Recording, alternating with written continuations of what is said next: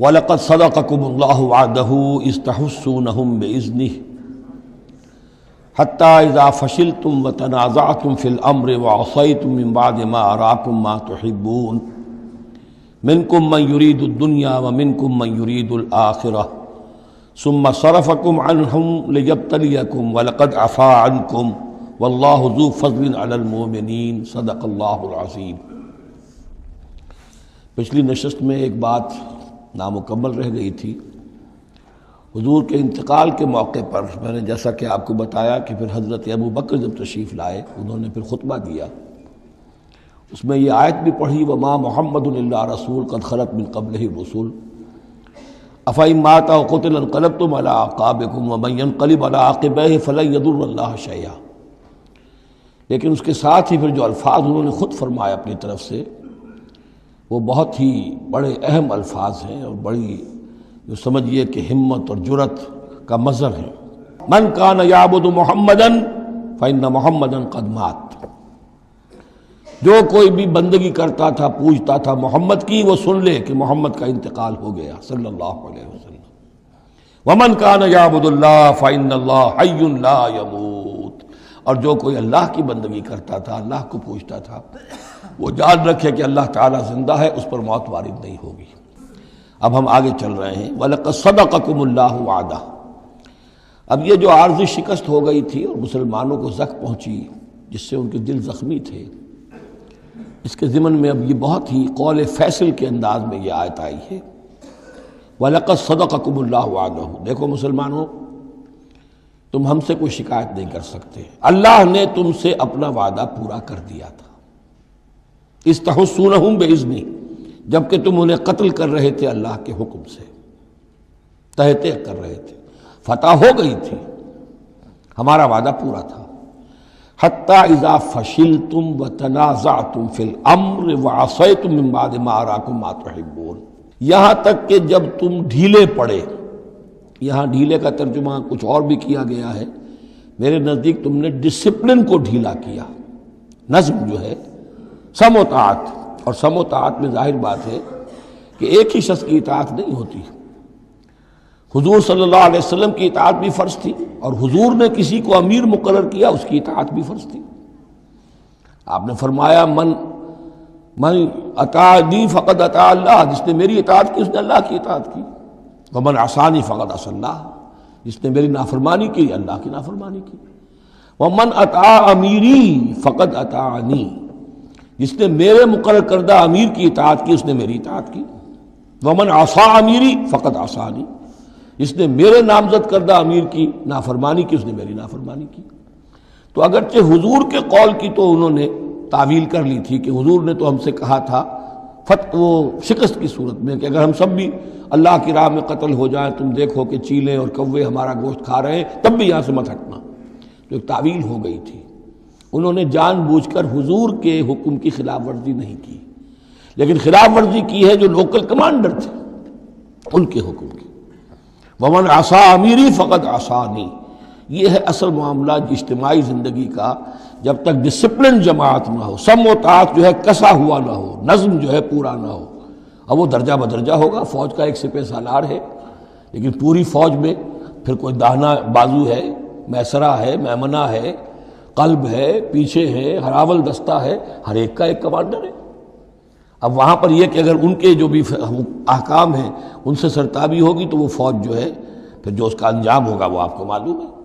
تو نظم تو ہے ایک جماعت کے اندر درجہ بدرجہ جو بھی نظام سم و طاعت ہے اس کے پورے کی پابندی کرنا۔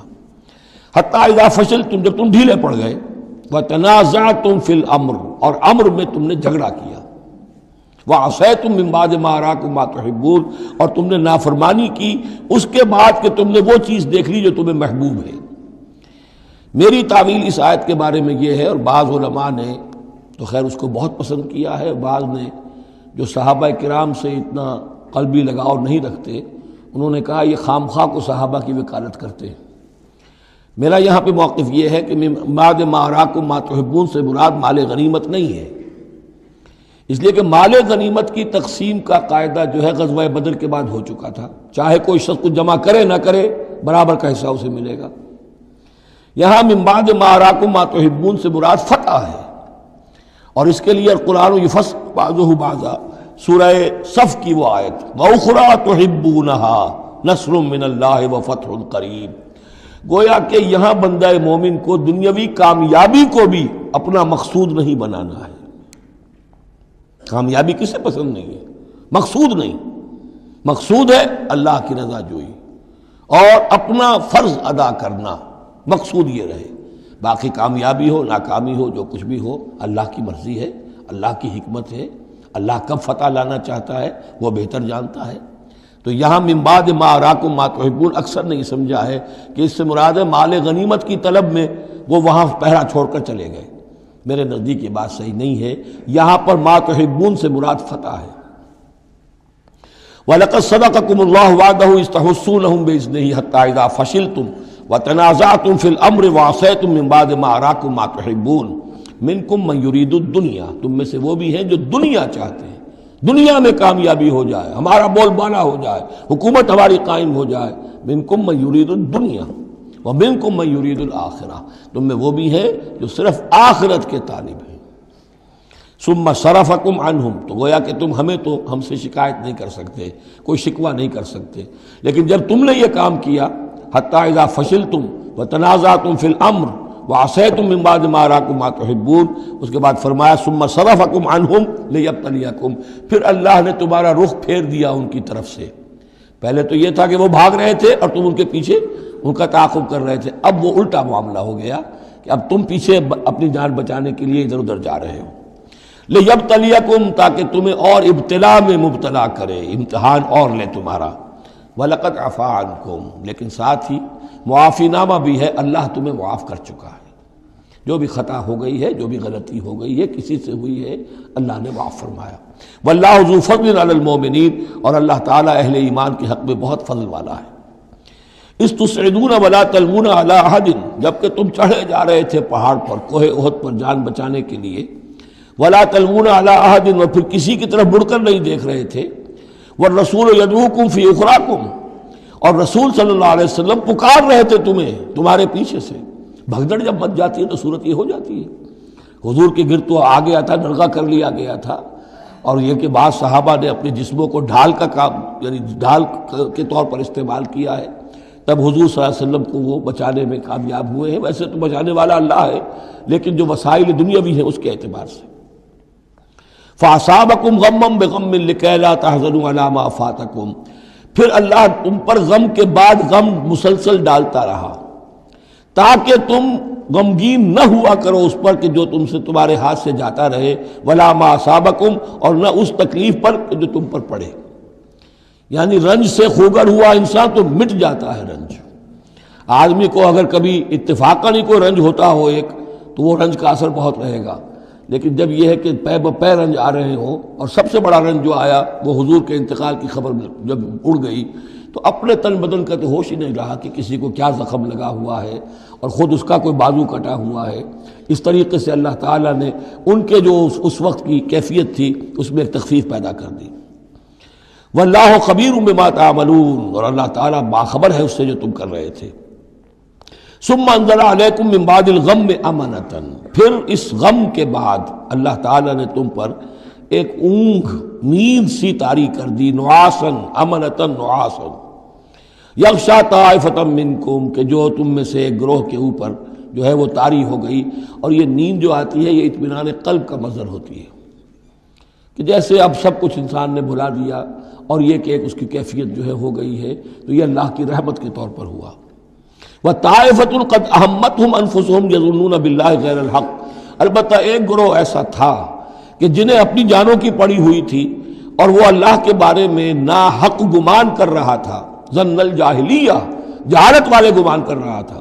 یعنی اگر کوئی بچے کھچے منافقین بھی رہ گئے تھے عبداللہ ابن ابی کے 3 سے آدمیوں کے جانے کے بعد، اگر کوئی 2-4 ہوں تو ان کا حال یہ تھا کہ اس وقت انہیں اپنی جانوں کے لالے پڑے ہوئے تھے، جب یہ کیفیت ہو تو وہ اون کیسے آئے گی؟ تو ان کا تو حال یہ تھا کہ ان کے دل میں وسوسے آ رہے تھے کہ اللہ نے تو مدد کا وعدہ کیا تھا، وہ مدد تو پھر جھوٹی ہو گئی، بات تو اللہ کا جو ہے اللہ کی بات سچی ثابت نہیں ہوئی۔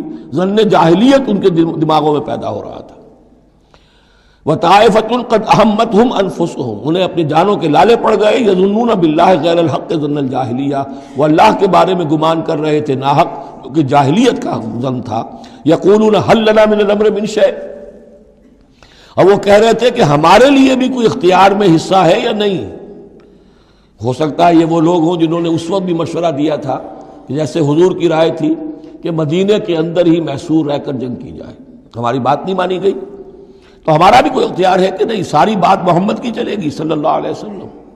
یہ بھی جماعتی زندگی میں ہوتا ہے، انسان جو ہے پسند نہیں کرتا، ہر شخص چاہتا ہے میری بات بھی ہو، میری بات کو بھی مانا جائے، میری رائے جو ہے وہ بھی چلے، آخر ہم سب اپنے امیر کی رائے ہی مانتے رہیں، کیسے ہوگا؟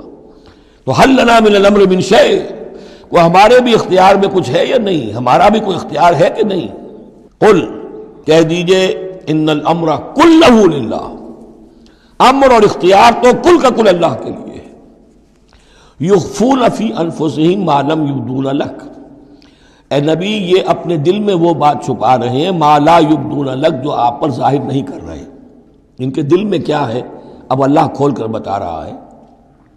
یقولون لو کان لنا من الامر شیء، یہ کہہ رہے ہیں کہ اگر ہمارا اختیار چلتا، ہماری رائے مانی جاتی، ہمارے مشورے پر عمل ہوتا، ما قتلنا ہاہنا، تو ہم یہاں قتل نہ ہوتے، یعنی ہمارے اتنے لوگ یہاں پر شہید نہ ہوتے۔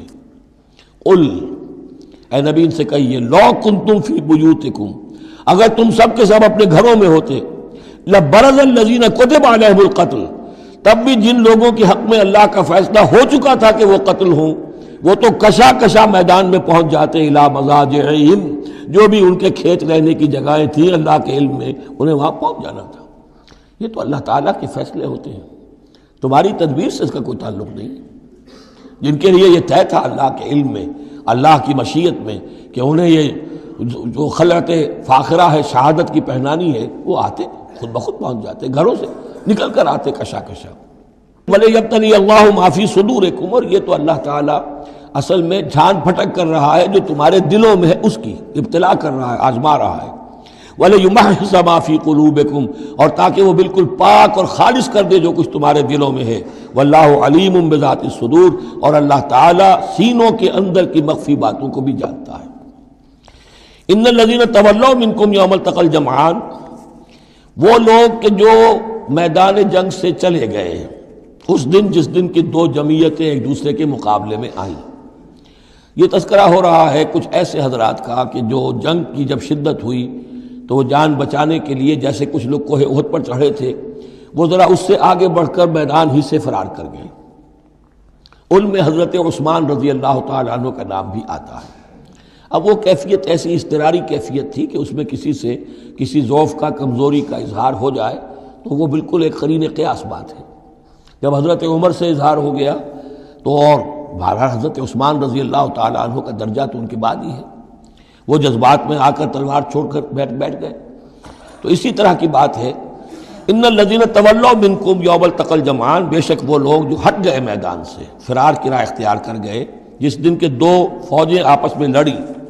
انما استزلهم الشیطان ببعض ما کسبوا، یہ اصل میں شیطان نے ان کے پاؤں پھسلا دیے تھے ان کے بعض افعال کی وجہ سے۔ کوئی کسی وقت تقصیر ہو گئی ہے، کوئی کوتاہی کسی وقت ہو گئی ہے، اور وہ ہر ایک سے ہو سکتی ہے، معصوم تو صرف نبی ہوتے ہیں۔ اس کی وجہ سے شیطان کو پھر موقع مل جاتا ہے کہ کسی موقع پر وہ اڑنگا لگا کر اس شخص کو، خواہ وہ کتنا ہی نیک ہو اور کتنا ہی صاحب رتبہ ہو، پھر یہ کہ کہیں کسی جگہ پھسلا دے۔ وَلَقَدْ عَفَا اللَّهُ عَنْهُمْ، اللہ انہیں معاف کر چکا ہے۔ یہ الفاظ بہت اہم ہیں، اس لیے کہ اہل تشیع نے اس چیز کو بہت اچھالا ہے۔ حضرت عثمان کی جو ہے وہ توہین کرتے ہیں، ان کے اوپر تنقید کرتے ہیں کہ یہ تو بھاگ گئے تھے میدان جنگ سے پیٹھ دکھا کر، اب وہاں یہ بھول جاتے ہیں کہ اللہ تعالیٰ نے تو اعلان کیا ہے ان کی معافی کا، چاہے حضرت عثمان تھے یا اور بھی تھے۔ وَلَقَدْ عَفَا اللَّهُ عَنْهُمْ، اللہ انہیں معاف کر چکا ہے۔ اب کسی مسلمان کے لیے جائز نہیں ہے کہ ان پر زبان طعن دراز کرے۔ ان اللہ غفور حلیم، یقیناً اللہ تعالیٰ معاف فرمانے والا اور حلم والا ہے، حلیم۔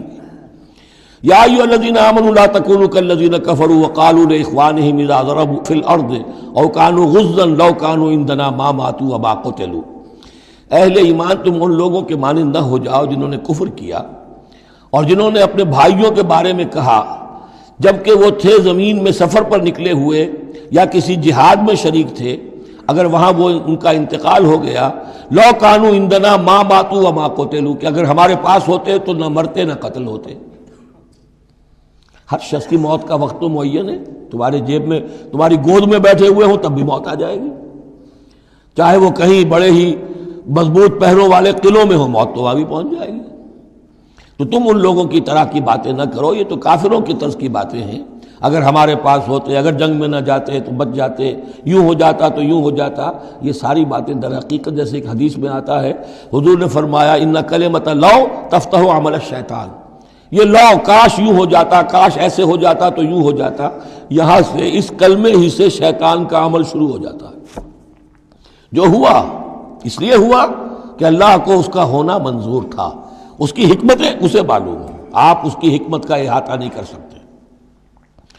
یا ایھا الذین آمنوا لا تکونوا کالذین کفروا وقالوا لاخوانہم اذا ضربوا فی الارض او کانوا غزا لو کانوا عندنا ما ماتوا وما قتلوا لیجعل اللہ ذلک حسرۃ فی قلوبہم، یہ تو اللہ تعالیٰ ان کے دلوں میں حسرت کی آگ جلا دیتا ہے، یہ بھی گویا کہ ان کے کفر کی سزا ہے۔ واللہ یحیی ویمیت، اور دیکھو اللہ زندہ رکھتا ہے اور وہی موت وارد کرتا ہے۔ واللہ بما تعملون بصیر، اور جو کچھ تم کر رہے ہو اللہ اسے دیکھ رہا ہے۔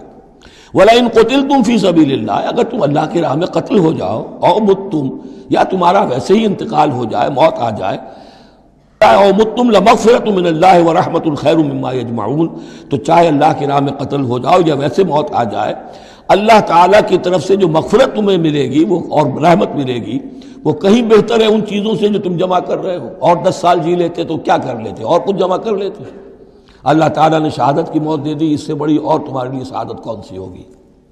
وَلَئِن مُتُّمْ أَوْ قُتِلْتُمْ لَإِلَى اللَّهِ تُحْشَرُونَ، اور چاہے تمہیں بستروں پر موت آئے، چارپائیوں پر جان نکلے، اور چاہے تم قتل ہو، ہر حال میں تمہیں بہرحال اللہ کی جناب میں جمع کر دیا جائے گا، گھیراؤ کر کے تمہارا وہاں لے جایا جائے گا، آخری منزل تو وہی ہے۔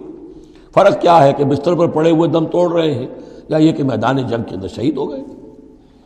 فَبِمَا رَحْمَةٍ مِّنَ اللَّهِ لِنتَ لَهُمْ، یہ آیت بھی بڑی اہم ہے سورہ مبارکہ کی، اجتماعی زندگی، جماعتی زندگی، جو بھی امیر ہوں، صاحب امر ہوں، جن کے پاس ذمہ داریاں ہوں، ان کے تحت ان کے ساتھی ہیں، آخر وہ انسان ہیں، ان کے بھی جذبات ہیں، ان کے بھی احساسات ہیں، ان کی عزت نفس بھی ہے، ان کے ساتھ نرمی کی جانی چاہیے، سختی نہیں۔ کوئی ملازم ہے، ملازم کے ساتھ آپ سختی کر سکتے ہیں، لیکن یہ تو والنٹیئرز ہیں، جو بھی آیا ہے، جو بھی حضور کے ساتھ تھا کون تھا؟ وہ کوئی تنخواہ یافتہ سپاہی تو نہیں تھا، وہ کوئی مرسنریز تو نہیں تھے، یہ لوگ آئے ہیں ایمان کی وجہ سے آئے ہیں۔ اب بھی کوئی جماعت ہے، دینی جماعت بنی ہے، تو جو بھی لوگ اس میں کام کر رہے ہیں تو وہ جو ساتھی ہیں ان کے ساتھ ان کے امراء کو نرم رویہ اختیار کرنا چاہیے۔ فَبِمَا رَحْمَةٍ مِّنَ اللَّهِ لِنتَ لَهُمْ، تو یہ تو اللہ کی رحمت کی بات ہے، اللہ کی رحمت کا مظہر ہے نبی کہ آپ ان کے حق میں بہت نرم ہیں۔ وَلَوْ كُنْتَ فَظًّا غَلِيظَ الْقَلْبِ، اور اگر ہوتے آپ تند خو اور سخت دل، لَانفَضُّوا مِنْ حَوْلِكَ، تو یہ آپ کے ارد گرد سے منتشر ہو جاتے، آپ کو چھوڑ کر چلے جاتے۔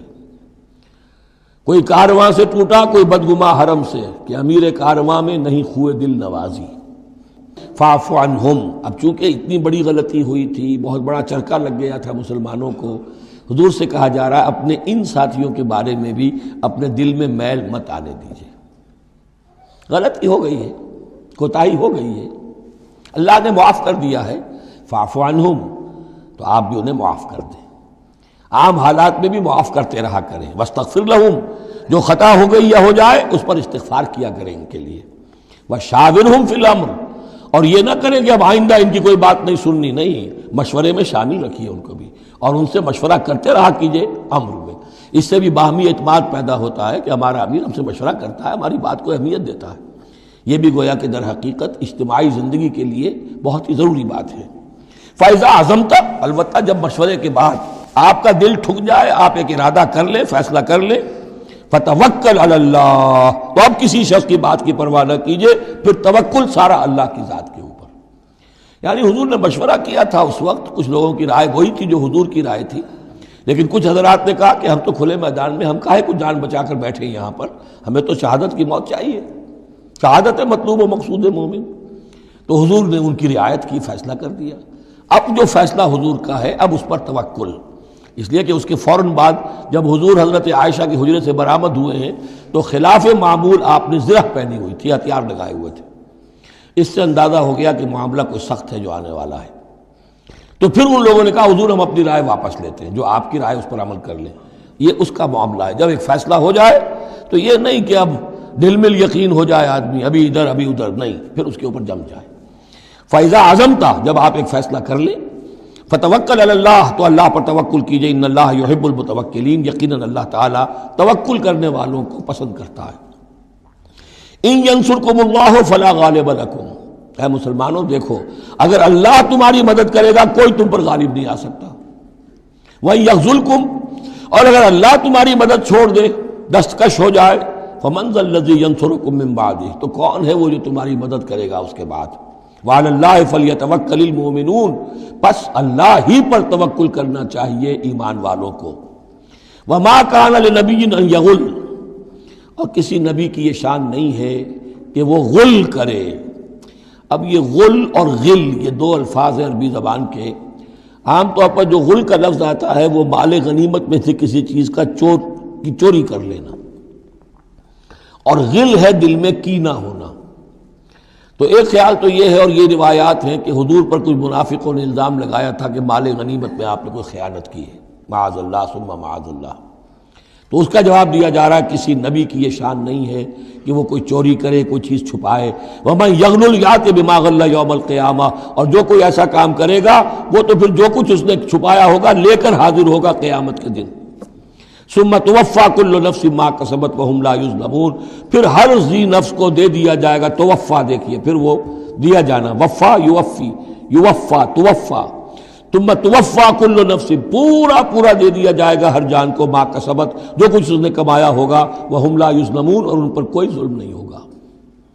ایک رائے البتہ مولانا اصلاحی صاحب نے ظاہر کی ہے کہ یہاں غل بمانی غل ہے، یعنی الزام یہ لگایا گیا تھا منافقین کی طرف سے، عبداللہ ابن ابی کی طرف سے، کہ یہ بڑے ایمبیشس آدمی ہیں محمد صلی اللہ علیہ وسلم، اور یہ عرب پر اپنی حکومت قائم کرنے کے لیے انہوں نے ہماری جانوں کو تختہ مشق بنایا ہے، ہمیں استعمال کر رہے ہیں، ہمیں مروا رہے ہیں. تو گویا کہ ہماری خیر خواہی نہیں کر رہے بلکہ ان کے دلوں میں ہماری جو ہے وہ بدخواہی ہے. تو یہ غل کے معنی میں یہ ان کا مفہوم ہے جو انہوں نے لیا ہے. واللہ اعلم. افمن اتبع رضوان اللہ کمن باء بسخط من اللہ، تو کیا بھلا وہ شخص جس نے اللہ کی رضا کی پیروی کی اس کے مانند ہو جائے گا جو اللہ کے غضب اور غصے کو کما کر لایا. ومأواہ جہنم، اور اس کا ٹھکانہ جہنم ہے. وبئس المصیر، اور وہ بہت ہی بری جگہ ہے پہنچنے کی. ہم درجات عند اللہ، ان کے بھی درجے بندیاں ہیں اللہ کے ہاں. جیسے نیکوکاروں کے درجے ہیں بدکاروں کے بھی درجے ہیں، سب بدکار برابر نہیں، سب نیکوکار برابر نہیں. واللہ بصیر بما یعملون، اور جو کچھ یہ کر رہے ہیں اللہ اسے دیکھ رہا ہے. اب یہ آیت بھی پھر دیکھیے، سورہ جو بقرہ میں 2 دفعہ آیا تھا مضمون، وہ اب تیسری مرتبہ یہاں آ رہا ہے. حضرت ابراہیم حضرت اسماعیل کی دعا میں مضمون آیا تھا، ربنا وبعث فیہم رسولا منہم یتلو علیہم آیاتک ویعلمہم الکتاب والحکمۃ ویزکیہم. پھر آ گیا تھا 18ویں رکوع کے آخر میں، کما ارسلنا فیکم رسولا منکم یتلو علیکم آیاتنا ویزکیکم ویعلمکم الکتاب والحکمہ ویعلمکم ما لم تکونوا تعلمون. اب یہ تیسری مرتبہ مضمون آیا، لقد من اللہ علی المومنین، اللہ نے بہت بڑا احسان کیا ہے اہل ایمان پر. اذ بعث فیہم رسولا من انفسہم، جب ان میں اٹھایا ایک رسول انہی میں سے، ان کی اپنی جانوں میں سے، ان کی اپنی قوم میں سے. یتلو علیہم آیاتہ، جو تلاوت کرتے سناتا ہے انہیں اس کی آیات، ویزکیہم، اور انہیں پاک کرتا ہے. ترتیب اب ہمیشہ کے لیے یہی ہوگی، تلاوت آیات، تزکیہ، اور پھر تعلیم حکمت، تعلیم کتاب و حکمت. وَيُعَلِّمُهُمُ الْكِتَابَ وَالْحِكْمَةَ، اور تعلیم دیتا ہے انہیں کتاب اور حکمت کی. وَإِن كَانُوا مِن قَبْلُ لَفِي ضَلَالٍ مُبِينٍ، اور یقیناً اس سے پہلے یعنی رسول کی آمد سے قبل تو وہ لازماً کھلی گمراہی کے اندر مبتلا تھے. أَوَلَمَّا أَصَابَتْكُم مُّصِيبَةٌ قَدْ أَصَبْتُم مِّثْلَيْهَا قُلْتُمْ أَنَّىٰ هَٰذَا، تو جب تم پر ایک مصیبت آئی جب کہ تم اس سے دگنی مصیبت جو ہے ان کو پہنچا چکے ہو، قُلْتُمْ أَنَّىٰ هَٰذَا، تم کہتے ہو یہ کہاں سے آ گیا، یہ کیوں ہو گیا، اللہ نے پہلے مدد کی تھی اب کیوں نہیں کی. قُلْ هُوَ مِنْ عِنْدِ أَنفُسِكُمْ، اے نبی کہہ دیجیے یہ تمہارے اپنے نفسوں کی شرارت کی وجہ سے ہوا، تم نے غلطی کی، تم نے حکم کی خلاف ورزی کی. حتی اذا فشلتم وتنازعتم فی الامر وعصیتم من بعد ما اراکم ما تحبون ان اللہ علی کل شیء قدیر. اللہ تو ہر چیز پر قادر ہے. گویا کہ اسی مضمون کو دوہرا کر لایا گیا کہ وَلَقَدْ صَدَقَكُمُ اللَّهُ وَعْدَهُ، اللہ وعدہ اپنا پورا کر چکا تھا. وَمَا أَصَابَكُمْ يَوْمَ الْتَقَى الْجَمْعَانِ، البتہ یہ اللہ چاہتا تو کنڈون کر دیتا، تمہیں کوئی سزا نہ دیتا، معاف کر دیتا بغیر سزا دیے. لیکن یہ کہ اللہ کی حکمت کا تقاضا یہ ہوا کہ تمہیں سزا دی جائے، اس لیے کہ ابھی تو بڑے بڑے مراحل آنے ہیں. اگر اسی طرح تم نظم کو توڑتے رہے اور احکام کی خلاف ورزی کرتے رہے تو پھر تمہاری حیثیت جو ہے ایک جماعت کی تو نہیں ہوگی، پھر تو ایک انبوہ ہے. ہجوم مومنین ہوگا، جماعت، لشکر، فوج، حزب اللہ درکار تو وہ ہے. وما اصابکم یوم التقى الجمعان، اور جو بھی مصیبت تم پر آئی ہے اس دن جس دن کے دونوں لشکر بھڑ گئے تھے آپس میں، فباذن اللہ، وہ اللہ کے اذن سے آئی ہے. بغیر اللہ کے اذن کے تو یہ تکلیف نہیں آ سکتی تھی. وَلِيَعْلَمَ الْمُؤْمِنِينَ، اور یہ اس لیے کہ اللہ جان لے کہ کون ہے اصل مومن، حقیقی مومن، صابر مومن، جو مستقیم مومن ہے. وَلِيَعْلَمَ الَّذِينَ نَافَقُوا، اور تاکہ دیکھ لے کہ کون ہے منافق. اور یہاں اصل ترجمہ ہم کرتے ہیں تاکہ اللہ ظاہر کر دے کہ کون ہے مومن اور ظاہر کر دے کہ کون ہے منافق. کھل گیا کہ نہیں؟ 300 کو لے کر عبداللہ ابن ابی چلا گیا تو اب سب کو پتہ تو چل گیا. آئندہ ان کی بات پر اعتبار تو نہیں کریں گے، وہ چکنی چپڑی باتیں کریں گے تو ان کی باتیں جو ہے کان لگا کے سنیں گے تو نہیں. تو اللہ تعالیٰ نے چاہا کہ who's who and what is what یہ بالکل مبرہن ہو جائے، واضح ہو جائے. وقیل لہم تعالوا، اب یہاں وہ تذکرہ ہو رہا ہے آخر میں اس واقعے کا کہ جب کہ عبداللہ ابن ابی 300 آدمیوں کو لے کے واپس چلا گیا.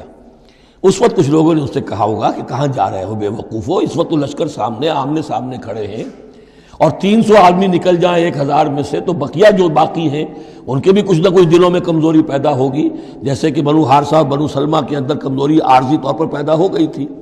تو سمجھانے والوں نے جب کہا فقیل لہم تعالوا قاتلوا فی سبیل اللہ اب ادفعوا، آؤ بھائی آؤ، کہاں جا رہے ہو؟ اللہ کی راہ میں قتال کرو یا دفاع کرو. دفاع ہو رہا ہے تو مدینے کے اوپر حملہ ہوگا تو کیا ہوگا؟ اگر یہاں پر یہ لشکر جو ہے شکست کھا گیا تو کیا تمہاری بہو بیٹیاں جو ہے پھر آ کر وہ انہیں لے کر اپنی باندیاں بنا کر نہیں لے جائیں گے؟ اللہ کی راہ میں جنگ کرو، اگر یہ نہیں تو کم سے کم اب دفاع جو ہے مدینے کا اس کے لیے تو کھڑے رہو. قالوا لو نعلم قتالا لاتبعناکم، ان کا اگر ہم سمجھتے کہ جنگ ہونی ہے تو ہم ضرور تمہارا ساتھ دیتے. یعنی یہ تو در حقیقت نورا کشتی ہو رہی ہے، یہ حقیقت میں جنگ ہے ہی نہیں. یہ محمد کے ساتھی جو مہاجرین آئے ہیں مکے سے اور یہ جو مکے سے اب آئے ہیں چڑھ کر، یہ سب ایک ہیں، ایک ہی تھیلے کے چٹے بٹے ہیں اور ہمارا ان سے کوئی سروکار نہیں. لو نعلم قتالا لاتبعناکم ہم للکفر یومئذ اقرب منہم للایمان، اس دن وہ ایمان کی نسبت کفر سے قریب تر تھے. یقولون بافواہہم ما لیس فی قلوبہم، وہ اپنے منہوں سے وہ بات کہہ رہے ہیں جو ان کے دلوں میں نہیں ہے. واللہ عالم بما یکتمون، اور جو کچھ وہ چھپا رہے ہیں وہ اللہ کے علم میں ہے. الذین قالوا لاخوانہم وقعدوا لو اطاعونا ما قتلوا، یہ وہ لوگ ہیں کہ جنہوں نے کہا، ان کے جو بھائی جو وہاں پر ابو سلمان صادق الایمان تھے جو وہاں شہید ہو گئے، تو جو لوگ بیٹھے رہے تھے انہوں نے کہا لو اطاعونا ما قتلوا، اگر وہ بھی ہمارے ساتھ آ گئے ہوتے، ساتھ ہمارے چلے آتے، 300 ہم آئے تھے، وہ اور بھی آ جاتے تو قتل نہ ہوتے. قل فادرؤوا عن انفسکم الموت ان کنتم صادقین، تو اے نبی ان سے کہیے اچھا اگر سچے ہو تو اپنی جانوں سے موت کو ہٹا کر دکھاؤ. کیا موت سے بچے رہو گے؟ کیا موت یہاں گھروں میں نہیں آئے گی؟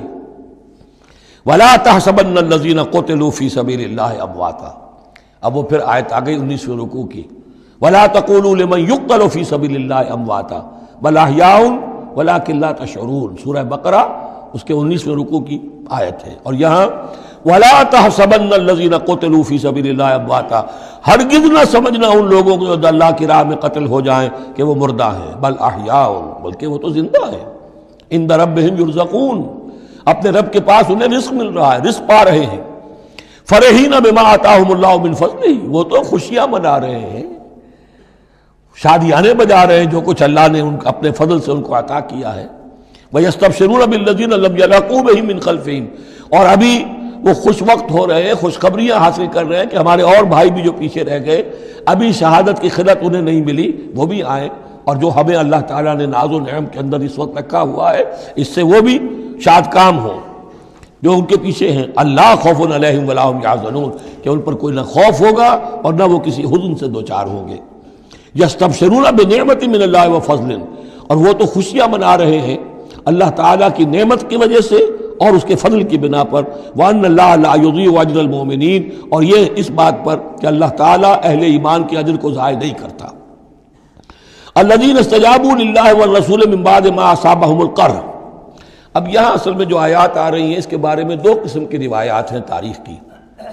ایک تو پختہ واقعہ یہ ہے کہ حضور صلی اللہ علیہ وسلم نے جب یہ پتہ چل گیا کفار چلے گئے، اب جو بھی کچھ ضروری کام تھے وہ کیے، جو بھی شہداء تھے دفنایا، پھر اچانک آپ کو خیال آیا کہ یہ کفار چلے گئے ہیں، لیکن ہو سکتا ہے انہیں اپنی غلطی کا احساس ہو کہ مسلمان جو ہیں اس وقت تو یوں سمجھیے کہ وہ بالکل اس حالت میں تھے کہ ہم ختم کر سکتے تھے کہ دوبارہ نہ آ جائے، سیکنڈ تھاٹ نہ ہو۔ تو آپ نے فیصلہ کیا لوگوں مسلمانوں چلو تعاقب کرو تاکہ انہیں معلوم ہو جائے کہ ہماری ہمت ہاری ہوئی نہیں ہے، انہیں پتہ چلے گا کہ مسلمان اس وقت بھی اس کیفیت میں کہ ہمارے تعاقب میں آ رہے ہیں، تو پھر وہ جرأت نہیں کریں گے۔ تو اس وقت اہل ایمان جو تھے انہوں نے اس کے باوجود کہ جسم جو ہے زخموں سے چور چور تھے، اتنا بڑا صدمہ پہنچا تھا، پھر وہ تیار ہو گئے اور حضور 8 میل تک ہمراہ الاسد تک چل کر آئے مدینے سے باہر، اور وہاں جو ہے ابو سفیان کو وہ خیال فی الواقع آ چکا تھا اور وہ لوٹنے کی فکر کر رہا تھا۔ ایک تاجر ادھر سے آ رہا تھا، اس نے کہا تھا جا کے مسلمانوں سے بتا دو کہ میں بہت بڑا لشکر لے کر آ رہا ہوں فوراً۔ تو آ کر انہوں نے کہا بھی، لیکن اس کے بعد انہوں نے کہا کہ جو بھی ہو سو ہو، جو اللہ کا حکم ہے اس کے رسول کا حکم ہے، ہم تو کمر کس کے آ گئے ہیں۔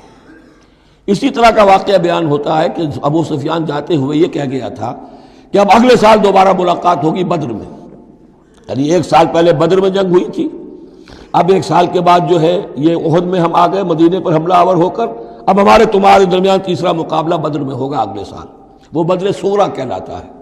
تو حضور اس کے لیے نکلے، گئے بدر تک، ادھر سے ہی ابو سفیان اپنا پورا لشکر لے کر آئے، اور اس مرتبہ پھر وہی کیا کہ کچھ لوگوں کے ذریعے سے ہراسمنٹ پیدا کی، خوف پیدا کیا کہ لوگوں کیا کر رہے ہو بے وقوفو، وہ قریش تو بہت بڑا لشکر لے کر آ رہے ہیں، بہت بڑا لشکر لے کر آ رہے ہیں۔ تو اس کے جواب میں مسلمانوں نے وہ صبر والے کلمات کہے جو آ رہے ہیں۔ تو یہ دونوں یہ الفاظ جو ہیں، یہ آیات دونوں پر منطبق ہو سکتی ہیں۔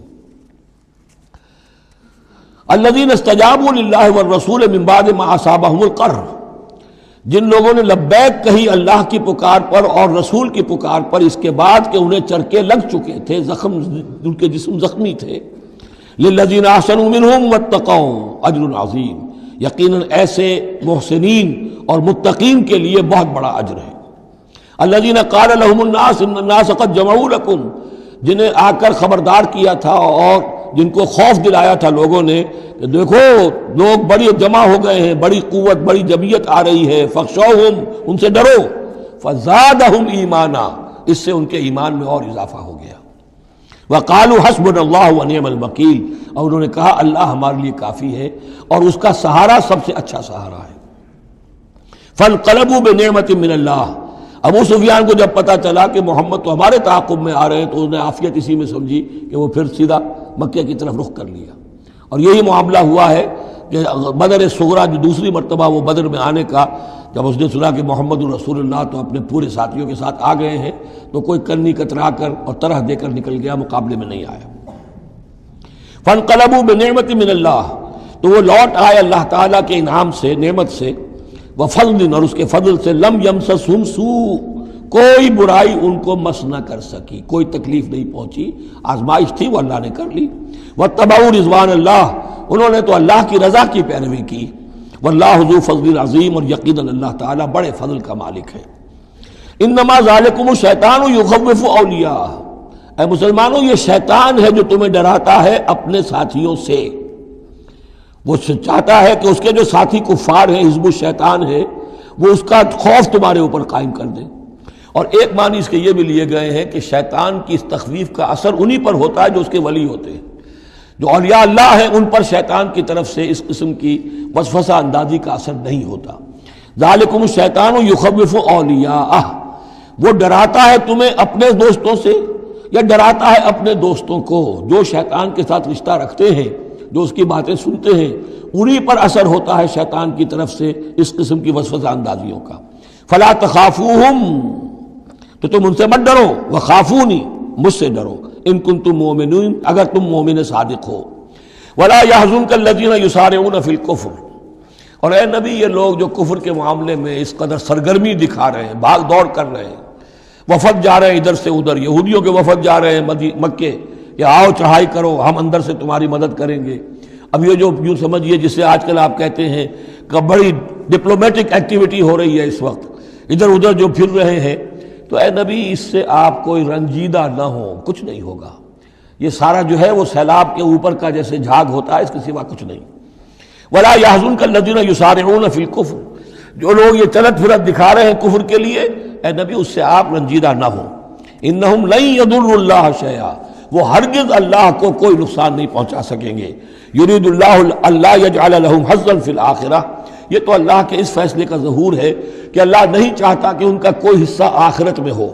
وَلَهُمْ عَذَابٌ عَظِيمٌ، اور ان کے لیے تو بڑا عذاب ہے۔ ان الذین اشتروا الکفر بالایمان لن یضروا اللہ شیئا، یقیناً جنہوں نے ایمان ہاتھ سے دے کر کفر خرید لیا وہ اللہ کو کوئی نقصان نہیں پہنچا سکتے۔ وَلَهُمْ عَذَابٌ علیم، ان کے لیے دردناک عذاب ہے۔ وَلَا يَحْسَبَنَّ الَّذِينَ كَفَرُوا أَنَّمَا نُمْلِي لَهُمْ خَيْرٌ لِأَنفُسِهِمْ، اور نہ سمجھیں یہ کافر کہ ہم جو انہیں مہلت دے رہے ہیں تو یہ ان کے لیے اچھائی کر رہے ہیں، اچھائی نہیں ہے۔ کفر کو مہلت ملتی ہے تاکہ اور بڑھ جائے، ثم ازدادوا کفرا، کفر میں اور بڑھ جائے، تاکہ وہ اور برے سے برے عذاب کے اپنے آپ کو مستحق بنا لے۔ اللہ ڈھیل دیتا ہے، لیکن یہ نہ سمجھے وہ کہ یہ ڈھیل ان کے حق میں اچھی ہے۔ وَلَا يَحْسَبَنَّ الَّذِينَ كَفَرُوا أَنَّمَا نُمْلِي لَهُمْ خَيْرٌ لِأَنفُسِهِمْ إِنَّمَا نُمْلِي لَهُمْ لِيَزْدَادُوا إِثْمًا، یہ ہم ان کی رسی دراز کرتے ہیں، ڈھیل دیتے ہیں تاکہ اور گناہ کما لیں۔ وَلَهُمْ عَذَابٌ مُهِينٌ، اور پھر ان کے لیے اہانت آمیز عذاب ہو۔ مَا كَانَ اللَّهُ لِيَذَرَ الْمُؤْمِنِينَ، یہ آیت پھر بہت اہم آ گئی ہے کہ اللہ تعالیٰ کی طرف سے یہ آزمائشیں کیوں آتی ہیں، اپنے نیک بندوں کو، اپنے صالح بندوں کو ان تکلیفات میں کیوں ڈالتا ہے، حالانکہ وہ تو قادر مطلق ہے، آنے واحد میں جو چاہے کر دے۔ ما کان اللہ لیذر المؤمنین علی ما انتم علیہ، دیکھو اللہ کے لیے یہ بات اللہ کی حکمت کے مطابق نہیں ہے کہ وہ تمہیں چھوڑے رکھے اسی حال میں جس میں تم ہو، یعنی تمہارے اندر کمزور اور پختہ ایمان والے ابھی گڑبڑ ہیں، اس سے آگے بڑھ کر ابھی منافق اور مومن بھی گڑبڑ ہیں۔ یہ گڑبڑ جو جبیت تمہاری ہے، یہ آگے چل کر اگر اس کو پاک نہ کر دیا جائے، اس کے اندر سے یہ تمام ناپاک عناصر نکال نہ دیے جائیں، تو آگے کے جو اور مشکل کٹھن مقامات آ رہے ہیں، آگے تمہیں سلطنت روما سے ٹکرانا ہے، تمہیں سلطنت کسریٰ سے ٹکرانا ہے، ابھی تو یہ چھوٹی موٹی چیزیں جو ہو رہی ہیں اندرون ملک عرب، تو تمہارے لیے یہ ضروری ہے کہ پرج ہوتی رہے، اور وہ پرج ہوتی ہے انہی آزمائشوں کے ذریعے سے۔ ما کان اللہ لیذر المؤمنین علی ما انتم علیہ، یہ اللہ کا طریقہ نہیں ہے، سنت نہیں ہے کہ وہ تمہیں چھوڑے رکھے اہل ایمان اسی حالت میں جس پر تم ہو، حتی یمیز الخبیث من الطیب، جب تک کہ خبیث علیحدہ نہ ہو جائے طیب سے، کھل جائے۔ یہ خبثاء ہے، یہ منافقین ہیں، یہ وہ لوگ ہیں، یہ ففتھ کالمسٹ ہیں، بات واضح ہو جائے، اور صرف صادق الایمان لوگ وہ بالکل نکل کر علیحدہ ہو جائے۔ وما کان اللہ لیطلعکم علی الغیب، اور اسی طریقے سے اللہ تعالیٰ کی یہ بھی طریقہ نہیں ہے کہ غیب کی خبریں تمہیں دے، لیکن اللہ یجتبی من رسلہ من یشاء، ہاں یہ معاملہ اللہ تعالیٰ نے کہ غیب کے حالات کی اطلاع دینا یہ اپنے رسولوں کے لیے رکھا ہوا ہے، جس کو وہ چن لیتا ہے رسولوں میں سے وہ غیب کے حالات بھی بتاتا ہے۔ وہ غیب ان کو از خود معلوم نہیں ہوتا، اللہ کے بتانے سے معلوم ہوتا ہے۔ یعنی یہ کہ ان آزمائشوں میں کیا حکمتیں ہیں، کیا اس میں تمہارے لیے خیر آ رہا ہے، ہر چیز ہر ایک کو نہیں پڑھائی جائے گی بچوں کی طرح، البتہ یہ کہ یہ چیزیں ہم رسولوں کو بتا دیتے ہیں۔ فآمنوا باللہ ورسولہ، تمہارے لیے طریقہ صحیح کیا ہے؟ ایمان پختہ رکھو اللہ پر اور اس کے رسولوں پر۔ وَإِن تُؤْمِنُوا وَتَتَّقُوا فَلَكُمْ أَجْرٌ عَظِيمٌ، اور اگر تم یہ دو شرطیں پوری کر دو گے، ایمان میں ثابت قدم رہو گے، تقوی پر کاربند رہو گے، تو تمہارے لیے بہت بڑا اجر ہے۔ وَلَا يَحْسَبَنَّ الَّذِينَ يَبْخَلُونَ بِمَا آتَاهُمُ اللَّهُ مِنْ فَضْلِهِ هُوَ خَيْرًا لَهُمْ، اسی طرح نہ سمجھے وہ لوگ کہ جو بخل کر رہے ہیں اس مال کے ساتھ جو اللہ نے انہیں دیا ہے اپنے فضل میں سے، کہ یہ ان کے لیے خیر ہے۔ ظاہر بات ہے جب جنگ احد کے لیے تیاری ہو رہی ہوگی، حضور نے کہا ہوگا کہ لاؤ بھائی لوگ اب کچھ پیسے دیں، کچھ مال و اسباب جمع کریں تاکہ اسباب جنگ جو ہے وہ فراہم کیے جائیں۔ اب جو ان میں سے غنی تھے، انہوں میں سے جن لوگوں نے بخل کیا، اب ان پر اشارہ ہو رہا ہے کہ انہوں نے بخل کر کے بچا لیا، وہ یہ نہ سمجھے کہ یہ کوئی اچھا کام کیا ہے۔ ولا يحسبن الذين يبخلون بما آتاهم الله من فضله، اللہ نے اپنے فضل سے انہیں جو کچھ عطا کیا ہے اب اس میں بخل سے کام لے رہے ہیں کہ وہ ان کے لیے اچھا ہے، بل هو شر لهم، یہ ان کے لیے بہت برا ہے۔ سیطوقون ما بخلوا به یوم القیامہ، اسی مال کے توق بنا کر ان کے گردنوں میں پہنائے جائیں گے قیامت کے دن جو بخل انہوں نے کیا تھا۔ وللہ میراث السماوات والارض، اور آسمانوں اور زمین کی وراثت بالآخر اللہ ہی کے لیے ہے۔ آج یہ تمہارے پاس ہے، یہ میرے پاس ہے، بالآخر سب کچھ اللہ کے لیے رہ جائے گا، ہم نہیں ہوں گے، ہمارے بعد کسی اور کا، پھر کسی اور کا، اور پھر یہ سارا مال و اسباب ہاتھ بدلتے ہوئے بالآخر میراث تو اللہ کی ہے۔ وَلِلَّهِ مِيرَاثُ السَّمَاوَاتِ وَالْأَرْضِ وَاللَّهُ بِمَا تَعْمَلُونَ خَبِيرٌ، اور جو کچھ تم کر رہے ہو اللہ اس سے باخبر ہے۔ یہاں وہ 18 رکوع مکمل ہو گئے، 6 رکوع جو غزوہ احد کے بیان میں تھے۔ اب 2 کنکلوڈنگ رکوع ہے اس سورہ مبارکہ کے۔ لَقَدْ سَمِعَ اللَّهُ قَوْلَ الَّذِينَ قَالُوا إِنَّ اللَّهَ فَقِيرٌ وَنَحْنُ أَغْنِيَاءُ، اللہ نے سن لی ہے بات، قول ان لوگوں کا جو یہ کہتے ہیں کہ اللہ فقیر ہے، ہم غنی ہیں۔ ان میں منافقین بھی شامل ہو سکتے ہیں اور یہودی بھی۔ جب حضور کہتے تھے اللہ تعالیٰ کو ضرورت ہے قرض حسنہ دو، تو گویا کہ اللہ تو فقیر ہوا، پھر محتاج ہوا، ہم غنی ہیں، ہمارے پاس دولت ہے۔ سنکتب ما قالوا، ہم لکھ لیں گے جو کچھ انہوں نے کہا ہے۔ بڑا غصہ ہے اس کے اندر، ہم لکھ لیں گے جو کچھ انہوں نے کہا ہے۔ فوراً تو نہیں پکڑتے، لیکن ایک وقت آئے گا کہ جس دن انہیں اپنے اس قول کی پوری جو ہے اس کی سزا مل جائے گی۔ اور صرف یہی نہیں، قتلہم الانبیاء بغیر حق، اور جو نبیوں کو یہ قتل کرتے رہے ناحق، وَنَقُولُ ذُوقُوا عَذَابَ الْحَرِيقِ، اور ہم کہیں گے کہ اب چکھو مزہ اس جلا دینے والے سلگتی ہوئی آگ کا۔ ذَلِكَ بِمَا قَدَّمَتْ أَيْدِيكُمْ، اور یہ سب کچھ ہے تمہارے اپنے ہاتھوں نے جو آگے بھیجا ہے۔ وَأَنَّ اللَّهَ لَيْسَ بِظَلَّامٍ لِّلْعَبِيدِ، اور اللہ تو اپنے بندوں کے حق میں ہرگز ظالم نہیں ہے۔ الَّذِينَ قَالُوا إِنَّ اللَّهَ عَهِدَ إِلَيْنَا، یہ گویا کہ پھر یہود کی طرف رخ ہو گیا ہے، جیسا کہ اس صورت میں پہلے تھا، اس رکوع میں 19ویں میں۔ جو لوگ یہ کہتے ہیں کہ اللہ نے ہم سے ایک عہد لے لیا تھا، اللہ نؤمن لرسول حتی یاتینا بقربان تاکلہ النار، کہ ہم کسی رسول پر ایمان نہ لائیں جب تک کہ وہ ایسی قربانی پیش نہ کرے جسے آگ کھا جائے۔ یہ ابتدائی زمانے میں جیسا کہ میں نے عرض کیا تھا، عہد طفولیت تھا نوع انسانی کا، تو خرق عادت چیزیں بہت ہوتی تھی۔ ان میں سے ایک بات یہ بھی تھی یہود کے ہاں ابتدائی دور میں کہ اگر کوئی شخص قربانی پیش کرتا ہے اللہ کی جناب میں، کوئی بچڑا اس نے ذبح کیا، پیش کر دیا، اللہ کے لیے صدقہ کیا، نذر کیا ہے، تو آسمان پر سے ایک آگ اترتی تھی جو اسے بھسم کر دیتی تھی۔ یہ علامت ہوتی ہے اس کی کہ یہ قربانی قبول ہو گئی۔ جیسے حابیل اور قابیل کے قصے میں ہے کہ دونوں نے کچھ پیش کیا، قربا قربانا فتقبل من احدہما ولم یتقبل من الآخر، ایک کی قبول ہو گئی دوسری کی نہیں ہوئی۔ پتہ کیسے چلا؟ آپ اگر قربانی کرتے ہیں عید الاضحیٰ میں، کس کی قربانی قبول ہوئی کس کی نہیں ہوئی کیا پتہ، یہ تو اللہ ہی جانتا ہے۔ لیکن پہلے ایسی علامات حسی ہوتی تھی کہ پتہ چل جاتا تھا یہ قربانی اللہ نے قبول کر لی۔ تو اسی کے لیے انہوں نے کہا کہ ہم سے تو عہد لے لیا تھا اللہ نے کہ ہم کسی رسول کو جب تک کہ وہ یہ معجزہ نہ دکھائے اس وقت تک نہیں مانیں گے، تو اگر محمد رسول ہے تو یہ معجزہ دکھائیں۔ یہ تھی بات جس کا جواب دیا جا رہا ہے۔ قُلْ قَدْ جَاءَكُمْ رُسُلٌ مِّن قَبْلِ بِالْبَيِّنَاتِ، اے نبی ان سے کہیے تمہارے پاس مجھ سے پہلے بہت سے رسول آئے واضح معجزوں کے ساتھ، وَبِالَّذِي قُلْتُمْ، اور وہ معجزہ بھی انہوں نے دکھایا جو تم کہہ رہے ہو۔ فَلِمَ قَتَلْتُمُوهُمْ، پھر تم نے انہیں کیوں قتل کیا؟ ان کنتم صادقین، اگر تم سچے ہو۔ فَإِن كَذَّبُوكَ، پھر اے نبی اگر وہ آپ کو جھٹلا دیں، فَقَدْ كُذِّبَ رُسُلٌ مِّن قَبْلِكَ، تو یہ آپ ہی کے ساتھ معاملہ نہیں ہوا، آپ سے پہلے بھی جو رسول تھے انہیں جھٹلایا گیا۔ گویا کہ یہ تو اس راستے کی ایک عام جو ہے وہ تجربہ ہے جو آپ کو بھی کرنا پڑے گا جو اس سے پہلے نبیوں کے ساتھ ہوا ہے۔ جاؤ بالبینات، وہ بھی آئے تھے واضح نشانیاں لے کر، واضح معجزات کے ساتھ، والزبر، اور صحیفے لے کر، والکتاب المنیر، اور روشن کتاب لے کر۔ کل نفس ذائقۃ الموت، ہر ذی نفس کو موت کا مزہ چکھنا ہے، ایک دن تو موت آ جائے گی۔ وانما توفون اجورکم یوم القیامہ، اور دوسری بات تمہیں لازماً تمہارے اجر پورے پورے دے دیے جائیں گے۔ انما توفون اجورکم یوم القیامہ، قیامت کے دن۔ فمن زحزح عن النار، تو جو کوئی بچا لیا گیا جہنم سے، آگ سے، وادخل الجنہ، اور داخل کر دیا گیا جنت میں، فقد فاز، وہ کامیاب ہو گیا۔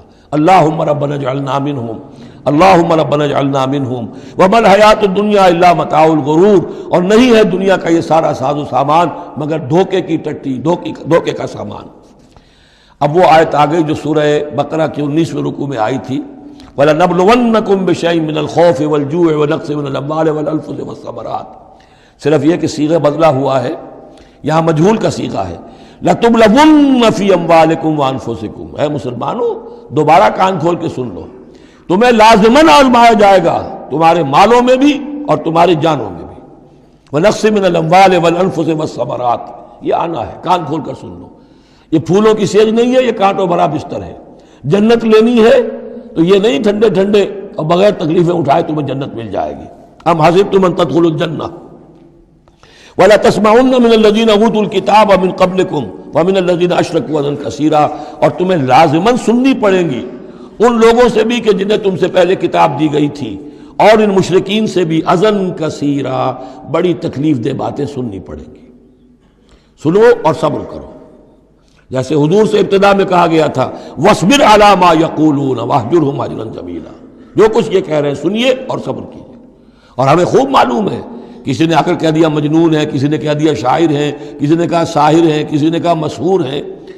وَلَقَدْ نَعْلَمُ أَنَّكَ يَضِيقُ صَدْرُكَ بِمَا يَقُولُونَ، اے نبی ہمیں خوب معلوم ہے کہ جو کچھ یہ کہہ رہے ہیں، جو کچھ آپ کو سننا پڑ رہا ہے ان کی زبانوں سے، اس سے آپ کا سینہ بھیجتا ہے، آپ کو تکلیف پہنچتی ہے، لیکن صبر کیجیے۔ وہی بات ہے جو کہی جا رہی ہے مسلمانوں سے، وَإِن تَصْبِرُوا وَتَتَّقُوا فَإِنَّ ذَلِكَ مِنْ عَزْمِ الْأُمُورِ، اور اگر تم صبر کیے رہو گے، ثابت قدم رہو گے اور تقویٰ کی راہ اختیار کیے رکھو گے، فَإِنَّ ذَلِكَ مِنْ عَزْمِ الْأُمُورِ، تو یہ بڑے ہمت کے کاموں میں سے ہے۔ وَإِذْ أَخَذَ اللَّهُ مِيثَاقَ الَّذِينَ أُوتُوا الْكِتَابَ، اور یاد کرو جب کہ اللہ نے جن کو کتاب دی تھی ان سے ایک قول و قرار لیا تھا، ایک میثاق لیا تھا، لَتُبَيِّنُنَّهُ لِلنَّاسِ وَلَا تَكْتُمُونَهُ، تم لازماً اسے واضح کرو گے لوگوں کے لیے، چھپاؤ گے نہیں۔ تم نے علم کو چھپا لیا، علم تو عام کرنے کی شے ہے۔ لَتُبَيِّنُنَّهُ لِلنَّاسِ وَلَا تَكْتُمُونَهُ، اسے چھپاؤ گے نہیں۔ فَنَبَذُوهُ وَرَاءَ ظُهُورِهِمْ، اس عہد کو انہوں نے اپنی پیٹھوں کے پیچھے پھینک دیا۔ وَاشْتَرَوْا بِهِ ثَمَنًا قَلِيلًا، اور بڑی ہلکی سی حقیر سی قیمت اس کی وصول کر لی۔ فَبِئْسَ مَا يَشْتَرُونَ، تو بہت ہی بری شے ہے جو وہ حاصل کر رہے ہیں، جو چیز انہوں نے قبول کی ہے۔ وَلَا تَحْسَبَنَّ الَّذِينَ يَفْرَحُونَ بِمَا أَتَوْا، اور نہ سمجھے وہ لوگ کہ جو اگر کچھ دے دیتے ہیں، کچھ نیکی کر لیتے ہیں، جو کچھ کیا ہے تو اس پر فرح بہت یعنی اینٹ رہے ہیں، اینڈ رہے ہیں، اکڑ رہے ہیں، ہم نے یہ کچھ کر دیا ہے۔ وَيُحِبُّونَ أَن يُحْمَدُوا بِمَا لَمْ يَفْعَلُوا، اور اس سے بھی اگلا درجہ ان لوگوں کا ہوتا ہے جو چاہتے ہیں کہ ان کی تعریف کی جائے ایسے کاموں پر جو انہوں نے کیے ہی نہیں ہیں۔ اور اس کی سب سے بڑی مثال آج کل کے دور میں سپاس نامے ہوتے ہیں، فلاں صاحب آئے سپاس نامہ پیش کیا جا رہا ہے، جو ان کے کہیں 60 پشتوں میں بھی کوئی کام ان سے نہ ہوا ہو وہ بھی ان کے کھاتے میں ڈال کر، یہ جو چاپلوسی ہوتی ہے تو وہ پسند کرتے ہیں اس کو۔ وَيُحِبُّونَ أَن يُحْمَدُوا بِمَا لَمْ يَفْعَلُوا، جو کچھ کیا ہی نہیں اس پر بھی ان کی تعریف کی جائے، اگر کچھ کر لیا تو کہنے کیا ہے، اس کا تو ڈھنڈورا پیٹیں گے، اس کو تو شائع کریں گے، اس کا جو بھی ہوگا ڈنکے کی چوٹ بیان کریں گے، اس سے بھی آگے بڑھ کر جو کیا نہیں اس پر تعریف چاہتے ہیں۔ فَلَا تَحْسَبَنَّهُمْ بِمَفَازَةٍ مِّنَ الْعَذَابِ، تو مت سمجھنا ان کے بارے میں کہ وہ عذاب سے بچ جائیں گے۔ وَلَهُمْ عَذَابٌ أَلِيمٌ، اور ان کے لیے دردناک عذاب ہے۔ وَلِلَّهِ مُلْكُ السَّمَاوَاتِ وَالْأَرْضِ، اللہ ہی کے لیے ہے آسمانوں اور زمین کی بادشاہی۔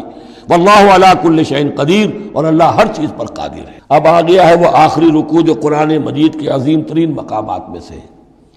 اس کی پہلی 6 آیتیں وہ ہیں کہ جس کے بارے میں روایت آتی ہے کہ جس شب میں یہ نازل ہوئی ہیں تو پوری رات حضور پر رقت آری رہی، آپ کھڑے بیٹھے لیٹے ہوئے روتے رہے۔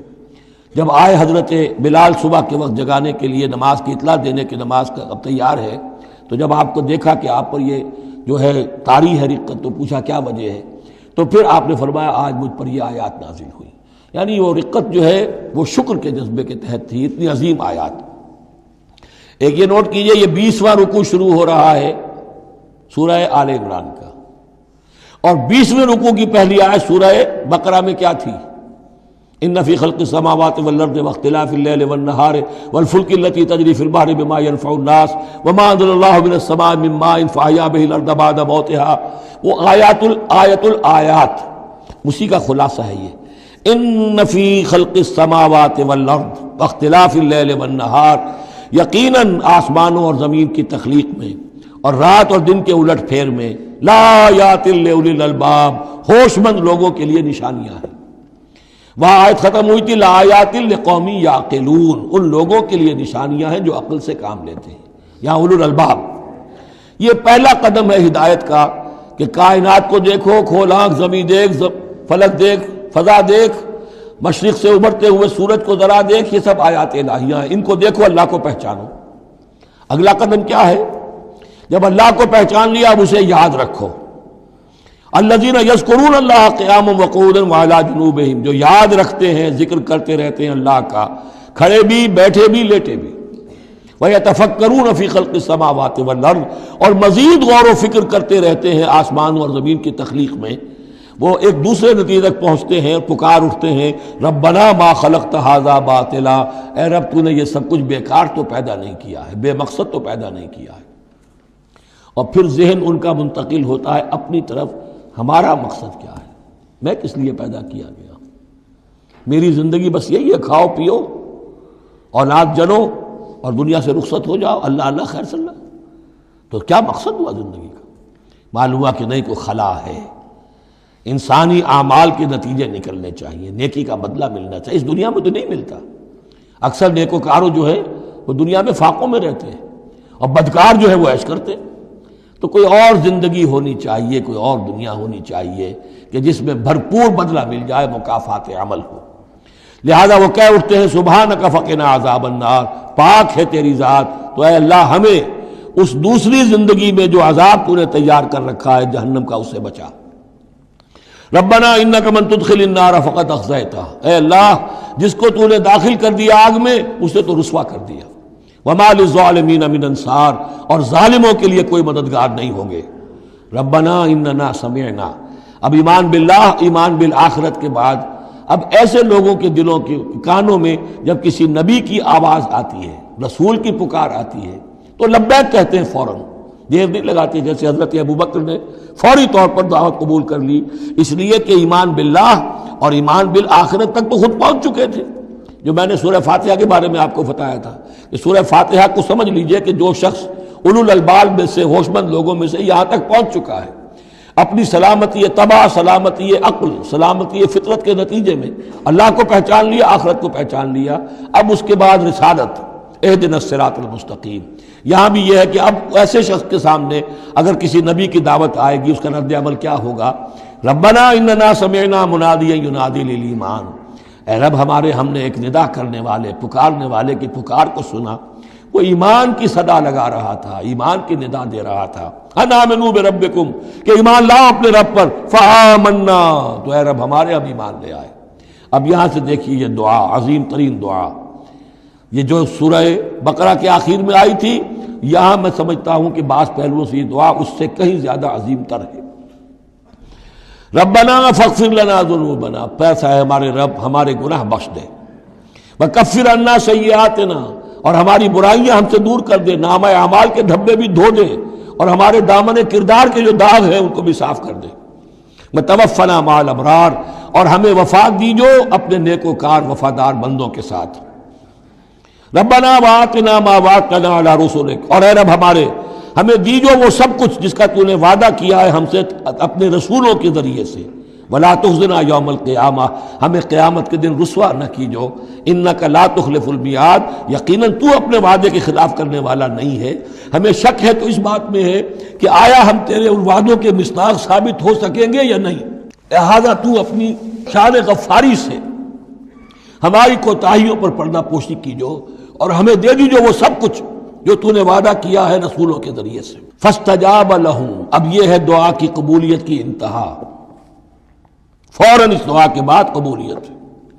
اللہ نے ان کی دعا قبول فرمائی، انی لا اضیع عمل عامل منکم، کہ میں تم میں سے کسی عمل کرنے والے کے کسی عمل کو ضائع کرنے والا نہیں ہوں، من ذکر او انثی، خواہ وہ مرد ہو خواہ عورت، بعضکم من بعض، تم ایک دوسرے ہی میں سے ہو، ایک ہی باپ کے نطفے سے بیٹا اور بیٹی، اور ایک ہی ماں کے رحم میں پلی ہے بیٹی بھی اور بیٹا بھی۔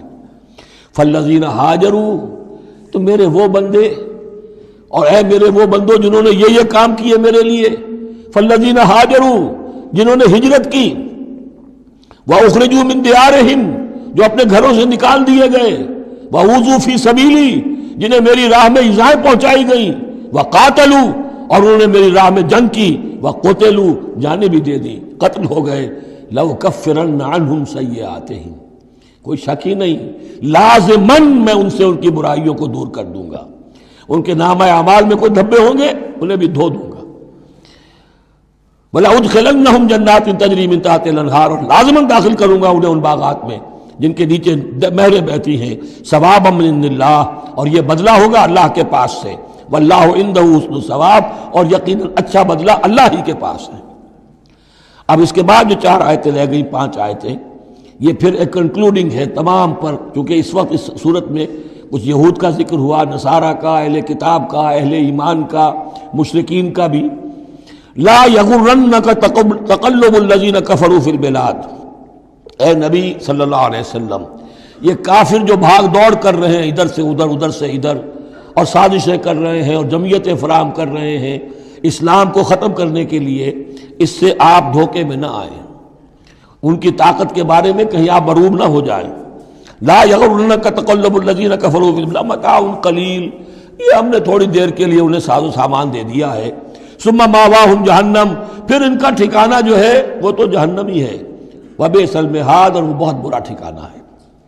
لیکن الذین اتقوا ربہم، اس کے برعکس جن لوگوں نے اللہ کا اپنے رب کا تقوی اختیار کیا، لہم جنات تجری من تحتہا الانہار خالدین فیہا، ان کے لیے باغات ہوں گے جن کے دامن میں ندیاں بہتی ہوں گی، اس میں وہ ہمیشہ ہمیشہ رہیں گے، نزلا من عند اللہ، اور یہ بھی ابتدائی مہمان نوازی ہوگی اللہ کی طرف سے، نزل، وما عند اللہ خیر للابرار، اور مزید جو اللہ کے پاس ہے وہ بہت بہتر ہے نیکوکار لوگوں کے لیے۔ یہ نوٹ کر لیجئے، جو میں نے وہ حدیث کے الفاظ بار بار سنائے کہ جنت کی اصل نعمتیں وہ ہیں ما لا عین رات ولا اذن سمعت وما خطر علی قلب بشر، یہ جو کچھ قرآن میں ذکر ہے یہ نزل ہے، ابتدائی مہمان نوازی ہے۔